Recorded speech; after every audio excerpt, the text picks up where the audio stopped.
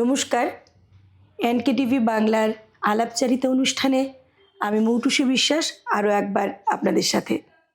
আজ আমাদের সাথে আছেন একজন সকলের প্রিয় সঙ্গীত শিল্পী নীলাঞ্জন পাল। আপনাকে স্বাগত জানাচ্ছি আমাদের এই অনুষ্ঠানে। নমস্কার। নমস্কার। নমস্কার। নমস্কার। প্রথমেই আমি জানতে চাইব যে আপনার গানের শুরুটা ঠিক কবে বা কিভাবে? ছোটবেলা থেকেই আমি গান করতাম, ঘরে গুনগুন করে, যেরকম গান করে সেভাবেই গান করতাম। টিভি শুনে, রেডিও শুনে গান করতাম। তারপর ধীরে ধীরে আমরা ওই ক্যাসেট পেলাম, ওই ক্যাসেট থেকে গান শোনা, এই হচ্ছে আমার গান শোনা শুরু এবং ঘরে গুনগুন করে গান করা। এবারে এটা তো আর ঠিক শেখা হলো না। তো অনেকেই আত্মীয় স্বজনের মধ্যে শুনে বলতো আর কি, হয়তো শুনছি আমি গুনগুন করছি, বা ঘরে তো আরও লোকজন থাকে, তো সবাই বলতো তোর তো সুর আছে, তাল আছে, তুই গান শিখিস না কেন? আচ্ছা। তো এই কথাটা আমাকে খুব একটা উৎসাহিত করলো যে হ্যাঁ, গান তো শেখা যায়। এবারে কোথায় শিখতে হবে, কি করতে হবে, এটা তো জানা নেই, গান তো শিখতে হবে। তো যাই হোক, আমার একজন পিসুমশাই ছিলেন, উনি কবিতা লিখতেন। তো মাঝে মধ্যে ওনার একটা ফার্মেসি ছিল, সেখানে আমি যেতাম। তো ওনাকে খুব বেশি দিন আমি পাইনি, মানে আমরা মোটামুটি একটু বেড়ে ওঠার সাথে সাথে উনি মানে আমাদের এই মহামায়া ত্যাগ করে চলে গেছেন। তো যাই হোক, ওনার ছেলে, আমার পিসতুতো ভাই, ও তখন সে ওই দোকানে বসতো। তো আমিও সেখানে যেতাম। তো সেও আমাকে বলতো যে তুই কি করছিস, তুই গানটা শিখতে পারতি। তো আমি বললাম হ্যাঁ, শিখবো তো ঠিক আছে, কিন্তু কোথায় শিখবো, কার কাছে শিখবো, এরকম তো কিছু ভাবিনি আর কি। তো সে আবার কিছুদিন পরে আবার সেই গেলাম, ওইখানে আমরা এমনিতেই বসে গল্প টল্প করি। তখন সে বলল, শোন, আমার এখানে একজন খুব ভালো শিল্পী এবং উনি একজন প্রফেসর, উনি আসেন মাঝে মধ্যে, এসে আমার সাথে একটু গল্প টল্প করেন, ওনার সাথে আমার একটু পরিচয় আছে, তুই উনার বাড়িতে একদিন যা।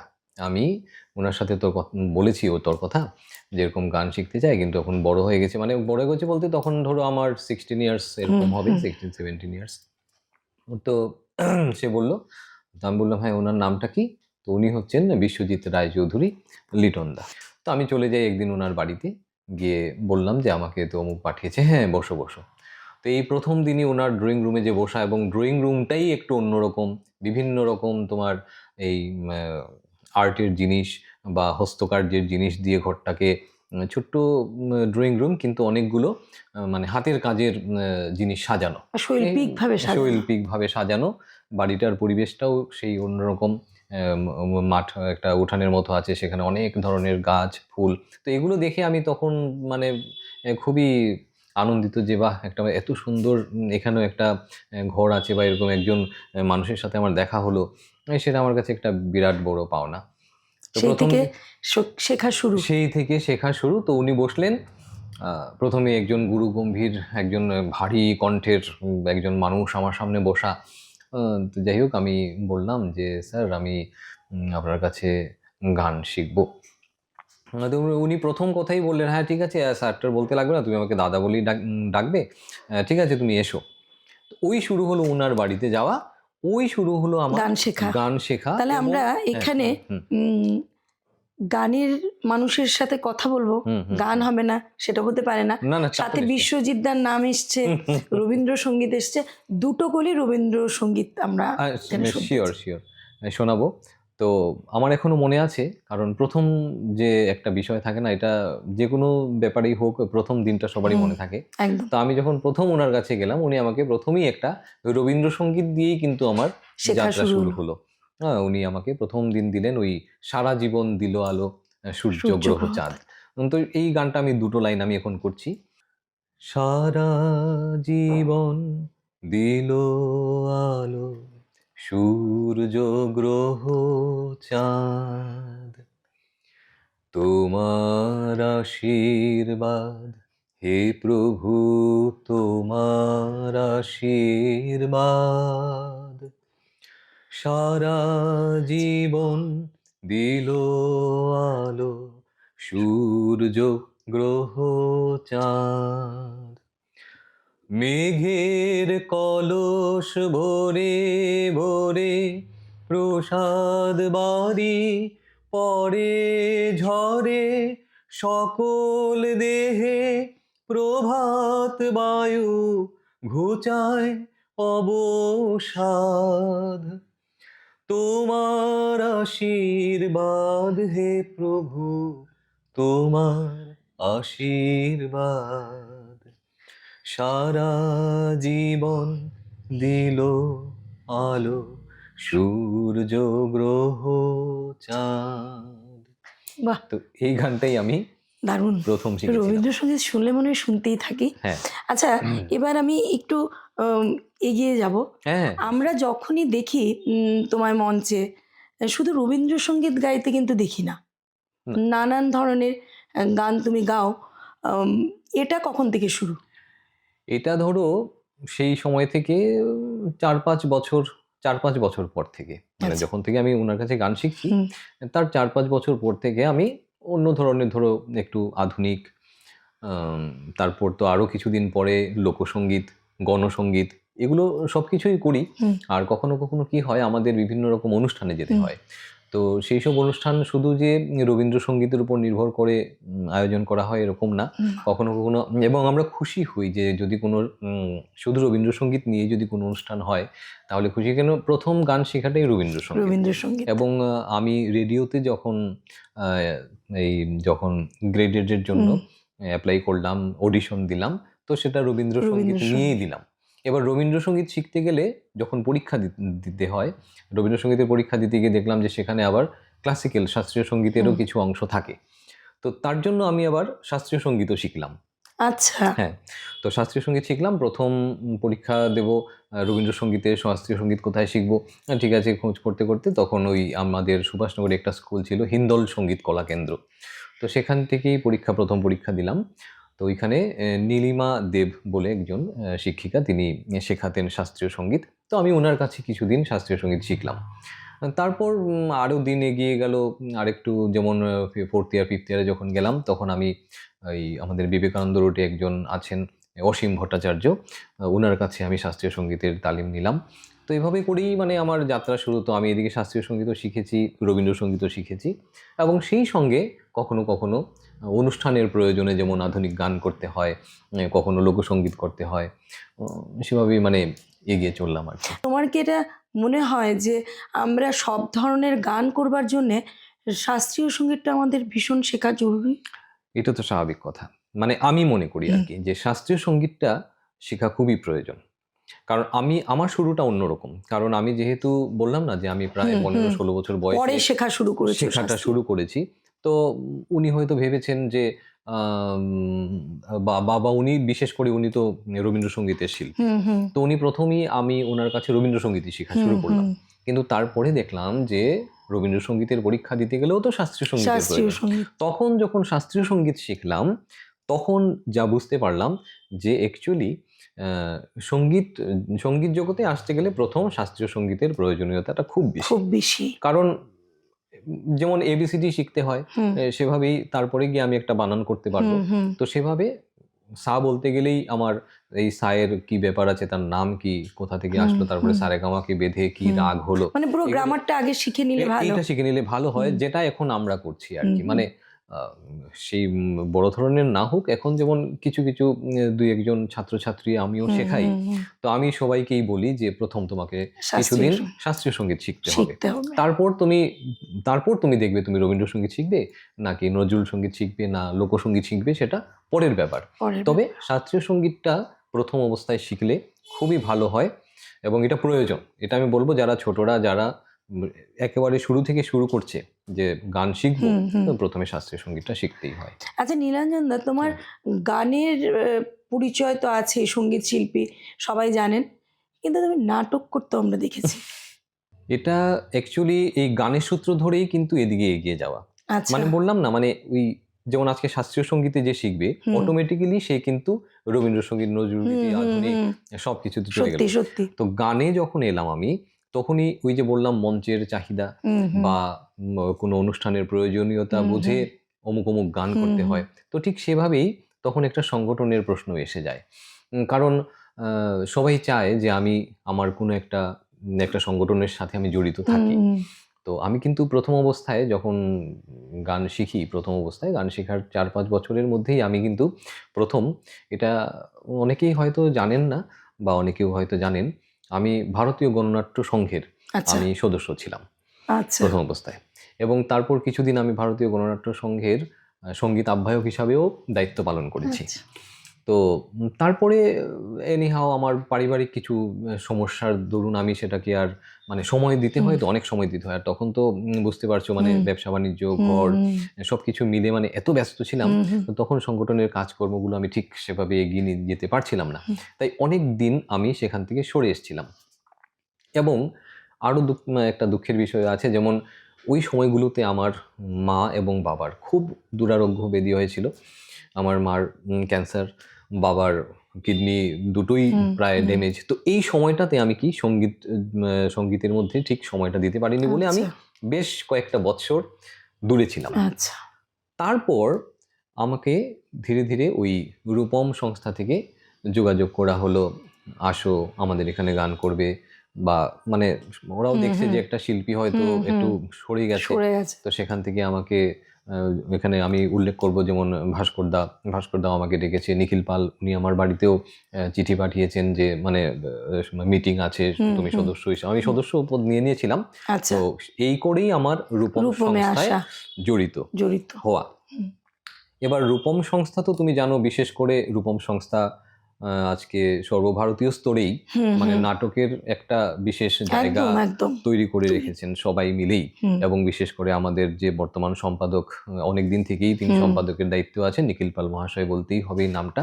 তো রূপম সংস্থায় যখন আমি পুরোপুরিভাবে জড়িত হলাম, তখন শুধু নাটক কেন, বাকি যে সামাজিক কিছু কাজকর্ম সবকিছুর সাথে থাকে, জড়িয়ে যেমন পড়লে। আজকে একটা ফ্লাড হলো, তখন গিয়ে সবাইকে একটু এই তোমার রিলিফ দেওয়া, বা বিভিন্ন সময় আমরা জামা কাপড় বিভিন্ন গরিবদের মধ্যে করা, এই যে এইসব সামাজিক কর্মকাণ্ডেও জড়িয়ে পড়েছো। তো এখানে গিয়ে আমি আরো যেমন একটু প্রাণবন্ত, মানে অনেক স্পেস পেলাম, একটা মানে বিরাট বিশাল বড় একটা জায়গা কাজ করার।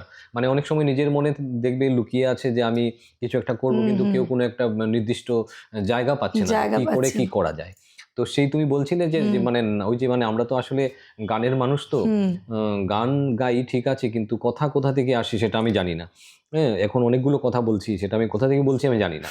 তো তাই বলছি, যদি দীর্ঘায়িত হয় আমাকে বলবে। না না না তো কি হয়েছে, তুমি বলেছিলে যে নাটকে কি করে আসলাম, তো এই নাটকে কি করে আসলাম বলতে গেলে রূপমের প্রসঙ্গে আসা, রূপমের কথা মানে বলতে বলতে শেষ হবে রূপম না। একটা নিজেই একটা বড় ইনস্টিটিউশন সত্যি। হ্যাঁ আচ্ছা তবে আমি এখানে একটু তোমাকে হ্যাঁ 1 মিনিট সময় নেব। আচ্ছা আমি চাইবো যে আমরা আরেকটু এগিয়ে যাবার আগে আচ্ছা দুটো গলি তোমার পছন্দ মতো, অনেক জনের গান তুমি গাও, হ্যাঁ হ্যাঁ তোমার পছন্দ মতো দর্শকদের জন্য দুটো গলি আচ্ছা। গান হয়ে যাক। আমার অনেকগুলো পছন্দ গানের মধ্যেও যেমন একটা গান আমাকে ভীষণ, আমি যখনই গাই মঞ্চেও সুযোগ পেলে এই গানটা আমি করি, সেই গানটা আমি শোনাচ্ছি তোমাকে। আমায় প্রশ্ন করে নীল ধ্রুব তারা, কতকাল আমি রব দিশাহারা, জবাব কিছুই তার দিতে পারি নাই, শুধু পথ খুঁজে কেটে গেল এ জীবন সারা, আমায় প্রশ্ন করে নীল ধ্রুব তারার, কতকাল আমি রব দিশাহারা। এই যে একটা প্রশ্ন আর কি, আমি ঠিক জানতাম এই গানটা তুমি করবে। এই গানটা নীলাঞ্জন দারও প্রিয়, আমরাও ওর কাছ থেকে শুনতে শুনতে অভ্যস্ত হয়েছি। এটা করে আমি নীলাঞ্জন জানি না কেন মানে এই যে একটা প্রশ্ন থেকে যায় সত্যি সত্যি যে আমার মানে আর অসাধারণ কতদিন একটি গান। দিশেহারা থাকবো, সত্যি মানে এখনো মনে হয় দিশেহারা হয়েই চলছি, মানে কোথায় যে যাব কি করব। তো এই জন্য মানে এই গানটা আমার প্রায় সময়ই আমার ভীষণ প্রিয়। তো এবারে নাটকের কথায় আসছে যে কিভাবে নাটকে আসা। তো স্বাভাবিক কথা, রূপমে যখন এলাম, তো তখন আমরা তো গানের তো একটা জায়গা আছেই, আমাদের বিভিন্ন অনুষ্ঠানে কোরাস গান, সোলো গান এগুলো হতেই থাকে। এবং নাটক তবে আমরা যখন আমি রূপমে আসি তখন দেখলাম যে রূপম সংস্থা থেকে নাটক করার থেকে বেশি অন্যদেরকে দিয়ে নাটক কিভাবে করানো যায় মানে সেটা নিয়ে অন্যদেরকে মঞ্চ দেওয়া। মঞ্চ দেওয়া, সেটা নিয়ে রূপম বেশি কাজ করে। হুম, তবে তবুও আমরা মানে ঠিক করলাম যে না, আমরাও তো করব। হুম। এবং হ্যাঁ, এক সময় হয়তো হতো, যেমন যার স্মৃতিতে আজকে এত বড় বড় অনুষ্ঠানটা হচ্ছে, নরেশচন্দ্র পাল, নরেশচন্দ্র পাল। ওনার স্মৃতিতেই হচ্ছে। তখনকার সময় একরকম ছিল, তখন রূপমের নাটকের একটা রূপমই নাটক করতো, এরকম একটা ব্যাপার ছিল। তো আমরা যখন করি তখন যেমন বেশি মানে ওই অন্যদেরকে দিয়ে নাটক কিভাবে করানো যায় সেটা নিয়ে বেশি ব্যস্ততা। তার মধ্যে থেকেও উঠলো যে না, রূপম থেকেও তো নাটক মানে একটু তখন হয়তো একটু মানে কম হতো চর্চা। তো যাই হোক, নাটকের চর্চা শুরু হলো। এবার আমি প্রথম একটা ছোট্ট অভিনয়ের সুযোগ পেলাম আর কি। শহীদ দিবস একটা নাটক, সেই নাটকে ওই রিপোর্টারের একটা ভূমিকা আছে অল্প কিছুক্ষণের জন্য। সেই ওইটা থেকেই আমার নাটকের যাত্রাটা শুরু। তো বিধান চৌধুরী ওনার ডিরেকশনে হয়েছিল। তো সেখানে আমি ওই শহীদ দিবস নাটকে রিপোর্টার হিসাবে কাজ করলাম। তারপর ধীরে ধীরে যেমন আরও অন্য নতুন আরও অন্য তোমার স্ক্রিপ্ট ধরা হলো, তখন আরও বড় বড় চরিত্র পেলাম, কাজ করলাম সেভাবে। তারপরে বিশ্বজিৎ নাথ সমাজপতি ওনার ডিরেকশনেও করেছি, আশিস ভৌমিক ওনার ডিরেকশনেও করেছি। তো এভাবেই নাটকের যাত্রাও শুরু হয়েছে। আচ্ছা, তোমায় যদি এক লাইনে একটা প্রশ্নের উত্তর দিতে বলি, যে তুমি তো এত গান করো, রবীন্দ্রসঙ্গীত তো অবশ্যই তোমার প্রিয় হবে, কারণ সেটা দিয়ে তোমার যাত্রা শুরু। এছাড়া তুমি মঞ্চে কোন ধরনের গান গাইতে বেশি কমফোর্ট ফিল করো? হ্যাঁ, প্রথম তো পছন্দ রবীন্দ্রসঙ্গীত, দ্বিতীয় আধুনিক এবং তৃতীয় লোকসঙ্গীত। লোকসঙ্গীত। আমরা লোকসঙ্গীত শুনবো তোমার কণ্ঠে পরে। কিন্তু এখানে একটি প্রশ্ন আছে, তুমি এই যে তোমার গানের যেটা বললে শুরু থেকে গুনগুন করতে, তারপর গান শিখলে, তোমার কি পরিবারে কেউ এরকম কি পারিবারিক পাওয়া, না নিজে থেকে? না, পারিবারিক পাওয়া ঠিক সেভাবে না। কারণ তোমার নিজে থেকেই? আমার নিজে থেকে, ঠিক আছে বলছি, মানে বাবাকেও শুনতাম যে বাবা গুনগুন করতেন, কিন্তু ওই যে মানে বললাম না যে সিস্টেমেটিক্যালি কোনো শেখা বা কিছু। এখানে আরো একটি প্রশ্ন আমার মাথায় বারবার আসছে, যে তুমি কথা বলছো বা তুমি গান গাও, আমরা বেশিরভাগ সময় এই অঞ্চলের কথা বলছি, আমরা যখন কাউকে মঞ্চে দেখি গান গাইবার সময় তাদের উচ্চারণ পরিষ্কার থাকে, কিন্তু যখন আমরা কথায় আসি তখন উচ্চারণের একটি আমাদের খুব সমস্যা হয়। কিন্তু তোমাকে আমি দেখছি বা দর্শকরা শুনছেন, সেই সমস্যাটা অনেক কম।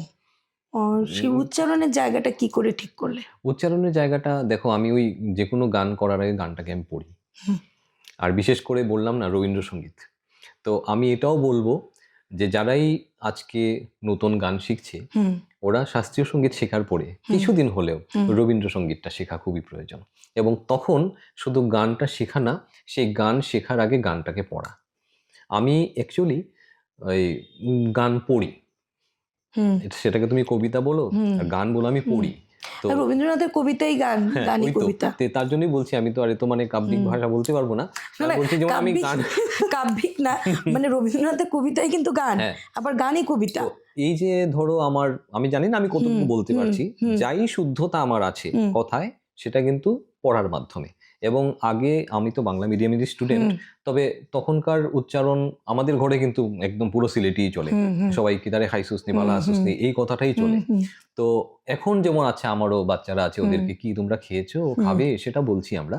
হয়তো তার জন্য কিছুটা প্র্যাকটিস, কিন্তু আগে তো আমরা সে একদম কমপ্লিটলি সিলেটি, এবং সিলেটিতে বকাও খেয়েছি, আইতে নিয়ে দিকে নাইলে তো খাইবে। তো এই ধরনের এই জায়গা থেকে উঠে আসা, এবং আমার উচ্চারণ আমি যা মনে করি ঠিক হয়েছে একমাত্র গীতবিতান। আমি ওই গান করার আগে গানটা পড়ি। বা যারা গান শিখতে চাইছো তোমরা ছোটরা, দুটো কথা আমরা এখান থেকে নিতেই পারি।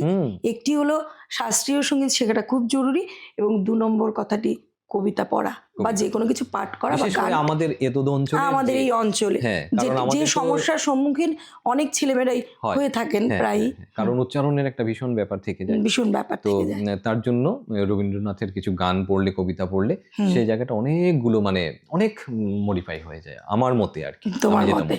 আচ্ছা, আমরা একটা লোকসঙ্গীত। মিলন হবে কতদিনে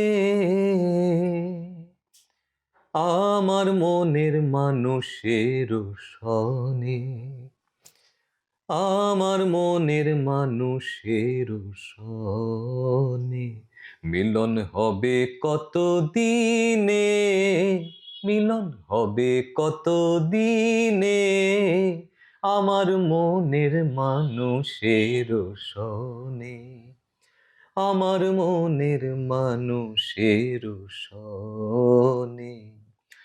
চাতক প্রয়হর নিশি চেয়ে আছে কালো শশী, হবে বলে চরণ দাসী, হবে বলে চরণ দাসী। ওতা হয় না কপাল গুনে, ওতা হয় না কপাল গুনে, আমার মনের মানুষের সনে, আমার মনের মানুষের সনে মিলন হবে কত দিনে, আমার মনের মানুষের সনে, আমার মনের মানুষের সনে। তুমি কি মনে করো এখন এই মুহূর্তে আমাদের এই অঞ্চলে যে গানের চর্চা চলছে, আম, সেটা নিয়ে অনেকেরই গেল গেল একটা রব প্রায়, যে আজকালকে ছেলেমেয়েরা বাংলা গান করে না, শোনে না, রবীন্দ্রসঙ্গীত শেখে না। যেহেতু তুমি শেখাও, হুম হুম নতুন প্রজন্ম উঠে আসছে, শিখছে, সব কিছু মিলে সেই গেল গেল রবের কি ঠিক সত্যি একেবারে কি গান শেখা হচ্ছে না, একেবারে কি বাংলা গানটা হচ্ছে না, সেটা নিয়ে তুমি কি বলতে চাও? না, এখানে তো দেখো, আমি আসলে আমরা তো এই বাংলা গানের অনুষ্ঠান নিয়েই ঘোরাঘুরি করি। হুম। তো সেখানে তো আমি খুব একটা যে মানে একেবারে চর্চা হচ্ছে না সেটা আমি বলতে পারবো না। বাহ। কারণ কোনো একটা কম্পিটিশনে যখন যাই, হুম কারণ আমার কিছু ছাত্রছাত্রীরা আছে, হুম ওরা ছোট ছোট এখন হুম কম্পিটিশনে যায়। হুম তো আমরা কম্পিটিশনে গেলে পরে দেখি, আহ, আমরাও একবার করেছিলাম। হুম আমি আরেকটা কথায় হুম আসছি, আমরা হুম রূপম সংস্থা থেকে একবার আমি একটু বলেছিলাম যে না, এরকম একটা করি হুম বার্ষিক অনুষ্ঠান, হুম কারণ নাটক নিয়ে তো অনেক হুম কাজ হুম হয়। হুম তো এবার একটু গানটাকে নিয়ে একটু হুম হুম আরেকটু হুম বেশি কাজ হোক। হুম আমি একবার এটাও চেয়েছিলাম যে শুধু একটা সন্ধ্যা একজন বড় কোনো শিল্পীকে নিয়ে হুম একটা গানের অনুষ্ঠান গানের করব। অনুষ্ঠান। সেটা নিয়ে আমি, আমার সম্পাদকও হুম আমার সঙ্গে সহমত প্রকাশ করেছিলেন, এবং কিছুদিন আমরা দৌড়াদৌড়িও করেছিলাম, কিন্তু বিশাল বড় ফান্ডের হুম ব্যাপার। আর ওই যে বললে তুমি বাংলা গানের হুম অনুষ্ঠানে অনেক সময় মানে হুম ফান্ড জোগাড় করা, হুম হুম হুম। এগুলো একটা বিরাট বড় তোমার ব্যাপার। মনে হয় যে নতুন প্রজন্ম আসছে বাংলা নতুন গানে? প্রজন্ম আসছে, করছে, আমি করছে। বলছি সেই কথাটাই আসছি। তো আমরা তখন ওই রবীন্দ্রসঙ্গীত, নজরুল গীতি, হুম লোকসঙ্গীতের উপর একটা কম্পিটিশন রেখেছিলাম। হুম সেখানে প্রত্যেকটি বিভাগেই প্রায় ১০০-১৫০ মতো ছাত্রছাত্রীরা এলো। আমি এখানে একটু নীলাঞ্জনদাকে, হ্যাঁ, আমাদের হাতে সময় কম, হুম, একটি কথা বলতে চাই। হুম, আমরা প্রায়ই শুনি হুম, যে বাংলা গান শেখে না, হুম, বাংলা গানে কেউ আসছে না, হুম, হুম, নতুন প্রজন্ম প্রায় গেল গেল। হুম, হুম, হুম, নীলাঞ্জনদার মতো একজন বিখ্যাত কণ্ঠশিল্পী, যিনি একটি সংগঠনেও আছেন, তিনি এইমাত্র বললেন যে রবীন্দ্রসঙ্গীত, নজরুল গীতি এগুলোতে ১০০-১৫০ ছেলেমেয়েরা কম্পিটিশনের জন্য এগিয়ে এসছে। হ্যাঁ, কাজে তাও গেল গেল বলে তেমন কিছু বলার মতো বোধহয় এখনো সময় আসেনি। না, আমার তো মনে হচ্ছে, কারণ আমরা প্র্যাকটিক্যালি দেখছি, হুম। আমরা গ্রাউন্ড লেভেলে যখন মানে এটা কাজ কাজ করছি করো। আমরা দেখছি হুম যে একদম এরকম অবস্থা না যে গেল গেল। হ্যাঁ, অনেক অভিভাবকরাও আছেন, হুম এটাকেও বলতে হবে, আমি হুম অভিভাবকদেরকে ধন্যবাদ জানাই। কারণ লাস্ট একটা ওই টাউন ক্লাব, হ্যাঁ টাউন ক্লাবে আয়োজিত একটা কম্পিটিশন গেল। ওরা ইয়েতে মাঠে করেছে একটা হুম হুম সুন্দর করে হুম হুম প্যান্ডেল করে। হুম সকালবেলা রবীন্দ্রসঙ্গীতের কম্পিটিশন শুরু হয়েছে, ধরো 9:30 থেকে 10টা হবে। হুম আমার মেয়েরাও সেখানে পার্টিসিপেট করেছে, হুম প্রতিযোগিতায় গেছিল, এবং সেই কম্পিটিশনটা শুধু বাংলা গানের উপরই তো ছিল। হুম তো সারাদিন রবীন্দ্রসঙ্গীত, নজরুল সঙ্গীত, লোকসঙ্গীত, শেষ হয়েছে রাত্রি প্রায় 10:30-11টায়। এই যে, তাও কি জানো, বাংলা গান কিন্তু পুরো শোনা হয়নি, পুরো শোনা 2 মিনিট করে 2 হয়তো মিনিট শোনা করে হয়েছে। হয়েছে। তো এবার তুমি বুঝতে পারছো সত্যি। তো, সকাল 10টা থেকে রাত্রি 10:30 পর্যন্ত হুম শুধু মানে বাংলা কত গান গান বাচ্চারা করেছে। বাচ্চারা এবং করেছে। এই যে বাচ্চাদেরকে, যে বাচ্চাটা রবীন্দ্রসঙ্গীতে দিয়েছিল সে নজরুল গীতিতেও দিয়েছে, লোকগীতিতেও দিয়েছে। হুম তো তার যে অভিভাবক, হুম তিনি কিন্তু সেই সকালবেলা হুম ওকে নিয়ে এসেছেন, এবং সাথে করে একটা ট্রলিও আছে, একটা বড় ব্যাগ আছে, সেটাতে টিফিন আছে। হুম আমি দস্তুর মতো আমি পুরো দিন ছিলাম। তার জন্য আমি বলছি যে না, বাংলা গান চর্চা হচ্ছে। এটা কোথাও আমাদের ভুল হচ্ছে যে অনেক অর্গানাইজাররা হুম হয়তো বাংলা গানটাকে সেভাবে বড় অনুষ্ঠানের মাধ্যমে তুলে অনুষ্ঠান ধরছেন তুলে না ধরছেন না, কিন্তু সত্যি যদি সত্যি এরকম কোনো তুলে ধরা হয়, হুম। আজকে যে আমরা করলাম, আমরা রূপম থেকে একবার করলাম কম্পিটিশন, সারা দিন চললো, এত এত বাচ্চারা এলো, ওদের সঙ্গে না গার্জেন না আমি ব্যক্তিগতভাবে হ্যাঁ। না এটা ভীষণ মানি, কেননা আমি তোমাকে বলছি করিমগঞ্জে একটি কবিতার অনুষ্ঠানে গিয়ে আমি অবাক হয়েছি। মনোজ দেবও ছিলেন সেখানে, গোটা দিন বাংলা কবিতা হয়েছে, কবিতা। গোটা দিন। তারপরে যাই হোক, আমরা নীলাঞ্জনদার কাছ থেকে আরো অনেক কথা শুনবার সত্যি ইচ্ছে রয়ে গেল, কিন্তু সেই যে সময় আচ্ছা। বারবার আমাদের আটকে দেয়, সময় একদম শেষের দিকে, এবং নীলাঞ্জনদা আছে, গান দিয়ে অনুষ্ঠান শেষ হবে না তা তো হতে পারে না, তাই আমরা নীলাঞ্জনদার একটি গানের মাধ্যমে অনুষ্ঠান শেষ করব। আপনারা ভালো থাকবেন, সুস্থ থাকবেন, দেখা হবে আগামী সপ্তাহে আবার। নমস্কার, ধন্যবাদ নীলাঞ্জনদা। আমাদের আসামেরই অত্যন্ত জনপ্রিয় শিল্পী ডক্টর ভূপেন হাজারিকা মহাশয়ের একখানা গান, এবং এই গানটা আমি যতবারই শুনি আমার মানে আমি নিজেই একটু উৎসাহিত হই, একটু প্রাণবন্ত হই এই গানটাতে, কারণ জীবনের কথা বলা হয়েছে, জীবনকে খুঁজে পাওয়ার, জীবনের আনন্দটুকু সেখান থেকে নেওয়ার কথা বলা হয়েছে, তাই সেই গানটি আমি করছি। আজ জীবন খুঁজে পাবি, ছুটে ছুটে আয়, আর মরণ ভুলে গিয়ে ছুটে ছুটে আয়, হাসি নিয়ে আয় আর বাঁশি নিয়ে আয়, হাসি নিয়ে আয় আর বাঁশি নিয়ে আয়। আজ নতুন আলোর দিগন্তে সব ছুটে ছুটে আয়, আজ নতুন আলোর দিগন্তে সব ছুটে ছুটে আয়, আজ ফাগুন ফুলের আনন্দে সব ছুটে ছুটে আয়, হাসি নিয়ে আয় আর বাঁশি নিয়ে আয়, হাসি নিয়ে আয় আর বাঁশি নিয়ে আয়, জীবন খুঁজে পাবি, ছুটে ছুটে আয়, আর মরণ ভুলে গিয়ে ছুটে ছুটে আয়। ভালো থাকবেন, সকলে সুস্থ থাকবেন।